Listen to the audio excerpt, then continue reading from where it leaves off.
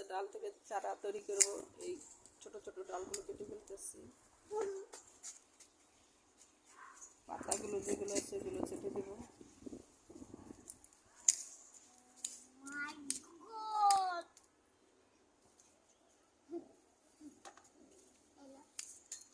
এই যে ডালের ফুল আছে, গাছটার ফুল আসছিল, লেবু ছিল, লেবুটা ফেলে দিয়েছি, ফুলটা ফেলে দিলাম।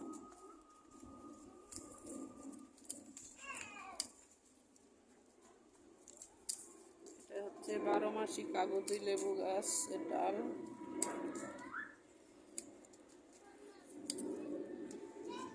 এখন এটাতে কিছুই দিব না, শুধু লাগিয়ে দিব বিসমিল্লাহ বলে।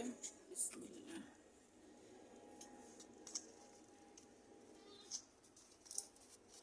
পানি দিয়ে দেব, এভাবে রেখে দিলে চারা গাছ তৈরি হয়ে যাবে।